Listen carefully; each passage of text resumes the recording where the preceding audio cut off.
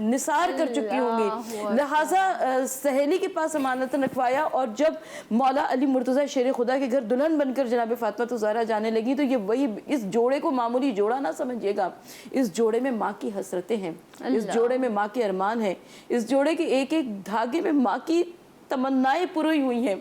شہزادی کونین یہ جوڑا پہن کر اللہ کے رسول صلی اللہ علیہ وآلہ وسلم کے گھر سے شوہر کے گھر تشریف لے گئی۔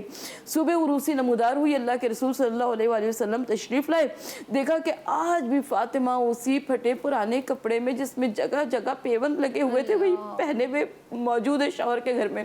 اللہ کے رسول صلی اللہ علیہ وآلہ وسلم نے پوچھا، کہا فاطمہ وہ جو آپ کو ماں کی جانب سے جوڑا تحفتاً ملا تھا وہ جوڑا کیوں نہیں پہنا؟ فاطمہ نے کیا جواب دیا؟ کہا کہ بابا جان صبح کو دروازے پر ایک سائل سوال کر رہا تھا اور اللہ کے نام پر مانگ رہا تھا، اللہ کے نام پر بہترین چیز دی جاتی ہے، میرے پاس ایک ہی جوڑا تھا، میں نے اس جوڑے کو راہ خدا میں خیرات کر دیا، اور وہ جو پھٹا پرانا لباس پیمند لگا لباس تھا اس جوڑے کو میں نے زیب تن کر لیا۔ اب دیکھیں یہ طریقہ کہاں سے آیا، یہ چلن کہاں سے سیکھا؟ فاطمہ زہرا، اللہ کے رسول صلی اللہ علیہ وآلہ وسلم نے پوچھا، کہا فاطمہ کہاں سے یہ طریقہ سیکھا؟ یہ نہ سمجھ گیا کہ رسول کو معلوم نہیں تھا، کسی کے کفر میں کوئی شک نہیں ہوگا کہ اگر اس کے ذہن میں یہ خیال آ گیا کہ رسول نے یہ کیوں پوچھا تھا، رسول سب جانتے تھے، لیکن اگر نہ پوچھتے تو ہم کم علموں تک علم کیسے پہنچتا، یہ واقعات یہ روایات نہ پہنچتی۔ جناب فاطمہ الزہرا سلام اللہ علیہ نے ارشاد فرمایا، کہا کہ بابا جان یہ سیرت کی تعلیم مجھے آپ سے ملی ہے، جب آپ مکے کی سرزمین پر ہدایت کا پیغام پہنچایا کرتے تھے تو آپ جو کچھ بھی آپ کے پاس ہوتا تھا اسے راہ خدا میں خیرات کر دیا کرتے تھے۔ ایک روز آپ ایک موٹا بوریا زیب تن کر کے گھر میں تشریف لائے، یہی سوال اس دن میری اماں خدیجہ نے آپ سے کیا تھا، کہا تھا کہ یا رسول اللہ سب کچھ دے دیا؟ کہا سب کچھ دے دیا، راہ خدا میں خیرات کر دیا۔ کہا کہ یا رسول اللہ جب یہ بوریا جسے آپ نے زیب تن کیا یہ سائل کو دے دیتے، آپ کو لباس پہنے رہتے، تو اس وقت جو جواب آپ نے دیا تھا وہ جواب میں اس وقت آپ کو دینا چاہتی ہوں۔ رسول نے پوچھا کہ فاطمہ کون سا جواب؟ کہا کہ جب میری ماں نے یہ سوال کیا تھا نا تو اس وقت آپ نے جواب دیا تھا کہ خدیجہ جو آج اپنی دولت میں سے کچھ راہ خدا میں خیرات کرے گا کل قیامت کے دن اسے کئی گنا زیادہ خوبصورت اور قیمتی اور خوشنما کر کے اس کو دیا جائے گا۔ فاطمہ خدیجہ مکے کی گلیوں میں کون تھا مجھے دیکھنے والا جاننے والا، لیکن کل جب میں سید المرسلین کی حیثیت سے لایا جاؤں گا، محشر کے میدان میں رحمت للعالمین کی حیثیت سے آؤں گا اور اس وقت وہ جوڑا میں نے زیب تن کیا ہوگا تو اس جوڑے کی کیا شان ہوگی۔ بابا جان یہی جواب میں آپ کو دینا چاہتی ہوں، آج علی کے گھر میں اس صبح میں مجھے کون دیکھنے والا ہے، لیکن کل جب میں میدان محشر میں سیدۃ النساء العالمین کی حیثیت سے آؤں گی اس وقت وہ جوڑا میں نے زیب تن کر رکھا ہوگا۔ صحیح، تو یہاں اس واقعے سے کئی ساری چیزیں ہمیں سیکھنے اور سمجھنے کو ملتی ہیں، جس طرح ابھی ہم ماں باپ کا اولاد کی تربیت اور صحبت کا ذکر کر رہے ہیں، میں چاہوں گی مفتی صاحب آپ بھی اس پر جملہ عطا کیجئے کہ بچے جو دیکھتے ہیں وہ سیکھتے ہیں، جو سنتے ہیں اس سے سیکھتے ہیں، لیکن جو دیکھ رہے ہوتے ہیں، جو گھر کا ماحول ہوتا ہے وہ رنگ ان پر ضرور چڑھتا ہے اور وہی پھر زندگی میں وہ آگے لے کر آگے بڑھتے ہیں۔ ایک بریک کا وقت ہو گیا، بریک سے جب واپس آئیں گے تو اسی سوال پہ مفتی صاحب سے چاہیں گے کہ ہماری رہنمائی فرمائیں۔ ہمارے ساتھ رہیے جی اٹھا پاکستان میں۔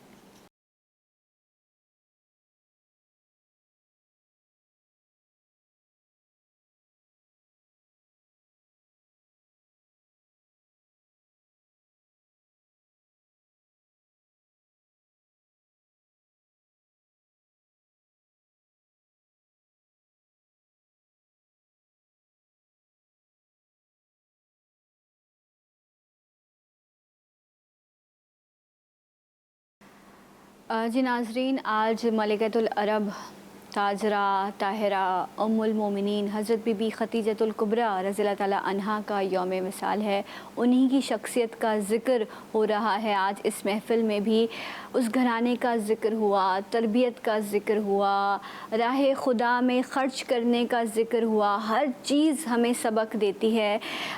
جس گھرانے کا ذکر ہو رہا ہے، میں مفتی صاحب آپ سے چاہوں گی کہ یہاں پر آپ مختصراً حضرت ابو طالب رضی اللہ تعالیٰ عنہ کی شخصیت کے بارے میں بھی بیان کیجیے گا تاکہ ہم وہ بھی رہنمائی حاصل کر سکیں۔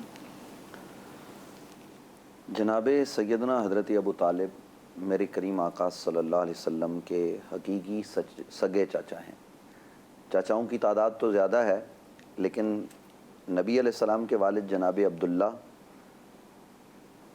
رضی اللہ عنہ اور جناب حضرت ابو طالب کے والد عبد المطلب، والد بھی ایک ہیں، والدہ بھی ایک ہیں، اور نبی رحمت صلی اللہ علیہ وآلہ وسلم کی جناب حضرت ابو طالب نے برابر 50 سال سے زائد عرصہ خدمت کی۔ سبحان اللہ۔ قرآن مجید فرقان حمید نے ایک بات ارشاد فرمائی ہے، میں توجہ چاہوں گا ناظرین کی، کہ الم یجد کا یتیمن فآوا، اے حبیب جب ہم نے آپ کو یتیم پایا تو جگہ دی۔ تو وہ جگہ کون سی تھی؟ نبی علیہ السلام کے والد بزرگوار کا وصال حضور کی ولادت سے پہلے، روایات کے مطابق والدہ محترمہ ابوا کے مقام پر نبی علیہ السلام کی عمر 6 برس وصال فرما گئی، دادا نے سرپرستی کی تو 2-3 سال بعد ان کا بھی وصال ہو گیا، پھر جاتے جاتے عرب کے اس بزرگ سردار نے نبی علیہ السلام کی سرپرستی کے لیے، ویسے تو نبی علیہ السلام کے لیے سرپرست اللہ کی ذات ہے لیکن ظاہری دنیاوی اسباب ہوتے ہیں، تو حضرت ابو طالب کا انتخاب کیا، اور جناب ابو طالب نے اپنے بیٹوں سے بڑھ کر نبی علیہ السلام کا خیال رکھا۔ سبحان اللہ۔ جب صبح دم ناشتہ ہوتا تو عرب کا معاشرہ تھا، بچوں کو بھوک لگتی ہے، کھانے کو دل چاہتا، تو حضرت ابو طالب کا آپ انداز دیکھیے کہ آپ اپنے بیٹوں کا ہاتھ روک دیا کرتے، آگے بیٹھ جاتے، کہا بھتیجے محمد پہلے آپ کھاؤ۔ جس طرح شیب ابی طالب میں نبی علیہ السلام کی جگہ پر اپنے بیٹوں کو لٹایا کیا کرتے، اسی انداز میں جناب ابو طالب نبی رحمت صلی اللہ علیہ وآلہ وصحبہ وبارک وسلم کے کھانے پینے کا ہر چیز کا لحاظ کرتے۔ شام کے سفر پر نبی علیہ السلام نے کہا میں بھی جاؤں گا، 12 سال کی عمر ہے قریب یا اس سے کچھ کم، حضور کے ساتھ تشریف لے گئے، راستے میں راہب مل گیا، اس نے دعوت کی، اور دعوت کا سبب نبی علیہ السلام کی ذات ہے۔ جناب حضرت ابو طالب وہ اس موقع پر جب رات پورا کلام ہوتا ہے، میں طویل روایت کی طرف نہیں جاتا، آپ کہتے ہیں چلو یہ میرا بیٹا نہ صحیح بھتیجا ہے، تو کہا یہ بھتیجا ہے تو یہ خاتم المرسلین ہے، آگے مت جاؤ، یہودی نقصان پہنچائیں گے، واپس چلے جاؤ۔ تو کیا حضرت ابو طالب کس حیثیت سے واپس آئے تھے؟ نبی کو نبی جان کر، نبی سمجھ کر آئے تھے نا کہ یہ آخر الزمان نبی ہے۔ حضرت ابو طالب نبی رحمت صلی اللہ علیہ وسلم کے واسطے اور وسیلے سے دعائیں کیا کرتے، عرب میں قحط پڑ گیا تو جناب حضرت ابو طالب کے پاس لوگ آئے، آپ نے حضور کو سامنے کھڑا کیا اور کہا بھتیجے آپ بھی دعا کرو، میں بھی دعا کرتا ہوں۔ جب آپ نے دعا کی تو چھم چھما چھم بارش نازل ہو گئی۔ اس وقت جناب ابو طالب نے کہا، اور یہ بات ذہن میں رہے کہ میرے نبی صلی اللہ علیہ وسلم کا پہلا نعت خوان اس کا نام ابو طالب ہے۔ سبحان اللہ۔ تو حضرت ابو طالب نے کیا کہا، وہ طویل آپ کے دیوان میں سب کچھ ہے لیکن میں بخاری سے پیش کر رہا ہوں، دیگر کتابوں میں موجود ہے کہ اس وقت جناب ابو طالب نے کہا وَأَبْيَضُ يُسْتَسْقَى الْغَمَامُ بِوَجْهِ سِمَالُ الْيَتَامَى عِصْمَةٌ لِلْأَرَامِلِ، یہ گورے چٹے چہرے والا میرا بھتیجا محمد جس کی برکت سے اللہ بارشیں نازل کرتا ہے، وہ جناب ابو طالب اس عظیم شخصیت کا نام ہے کہ جس نے ساری زندگی نبی علیہ السلام کی سرپرستی کی، نبی رحمت صلی اللہ، اور جب تک حضرت ابو طالب حیات رہے، شیب ابی طالب کی سختیاں اپنی جگہ پر، کسی کافر کی یہ ہمت نہیں ہوئی کہ وہ نبی علیہ السلام کو شہر سے نکالتا، شہر بدر کرنے کی باتیں ہوتی۔ جس دن ابو طالب کا وصال ہوا اور پھر نبی علیہ السلام کو تنگ کیا جانے لگا، آپ طائف کی طرف تشریف لے گئے تو نبی علیہ السلام نے خود ارشاد فرمایا، روایات میں ہے کہ چچا ابو طالب آپ کے جانے کا غم تو مجھے بہت جلد محسوس ہو گیا۔ تو ابو طالب اسلام کے محسن ہیں، حضرت مولانا اشرف علی صاحب تھانوی نے لکھا ہے کہ وہ اتنے بڑے اسلام کے محسن ہیں کہ جب بھی ان کا نام لیا جائے تو حضرت ابو طالب کہہ کر لیا جائے۔ میں صرف ایک بات عرض کروں گا ناظرین کے لیے، چونکہ ایک ایسا مسئلہ ہے جس پر بات کرنا بہت ضروری ہے، بڑے مسائل ہو جاتے ہیں۔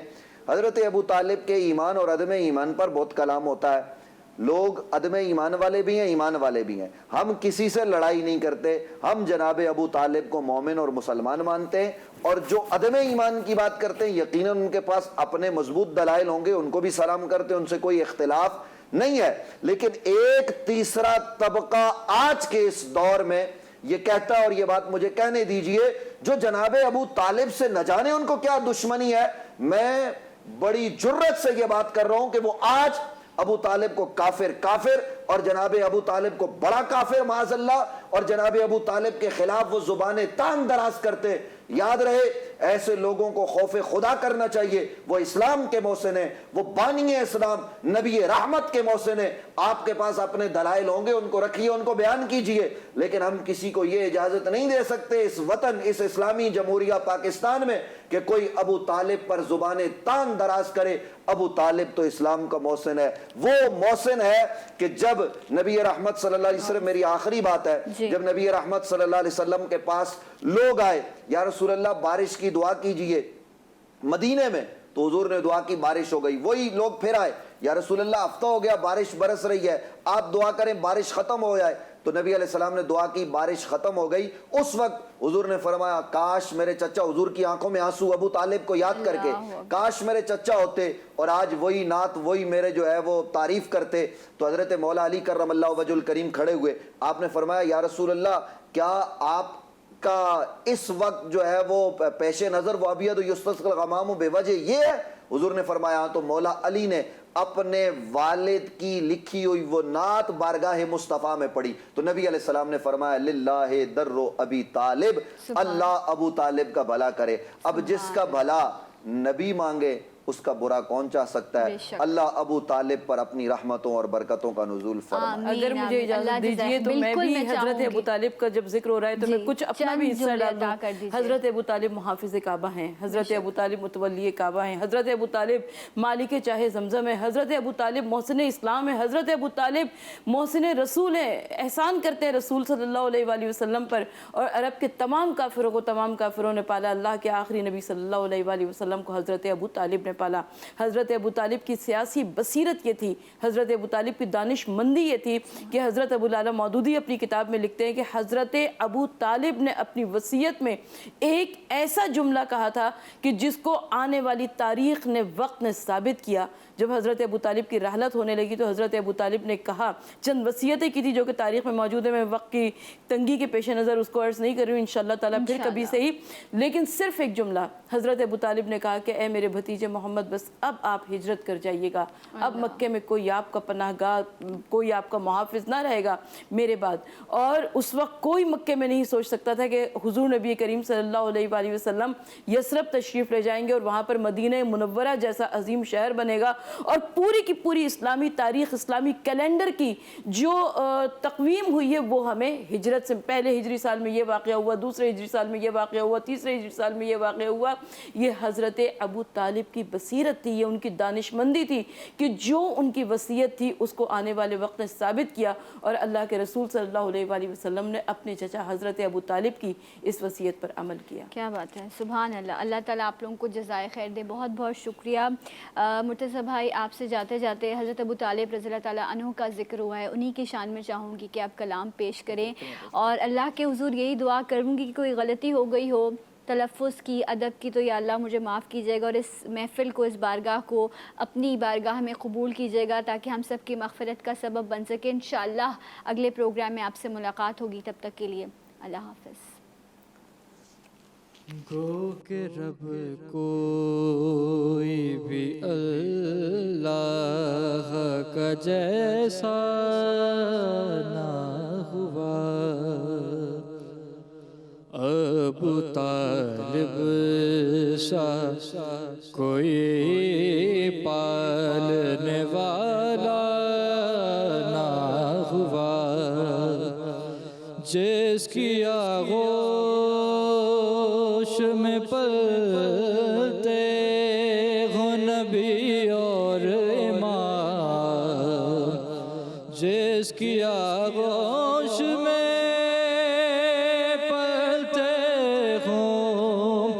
نبی اور امام، پالنے والا کوئی دوسرا ایسا نہ ہوا.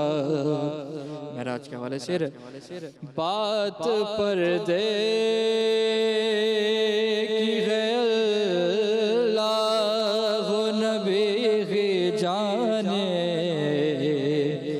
بات پردے کی ہے، اللہ نبی ہی جانے جانے کیا کیا ہوا معراج میں اور کیا نہ ہوا، اس کو اپنا سب بشر کہتے ہیں خاکی بندے، اس کو اپنا سا بشر کہتے ہیں خاکی بندے، جس کا سایہ بھی مشیت کو گوارا نہ ہوا، میرے اعمال تو لے جاتے مجھے دوزخ میں، میرے اعمال تو لے جاتے مجھے دوزخ میں، ہاں مگر آپ کی رحمت کو گوارا نہ ہوا، جیسا جلسہ ہوا میدان غدیر خون میں، ایسا جلسہ کبھی دنیا میں دوبارہ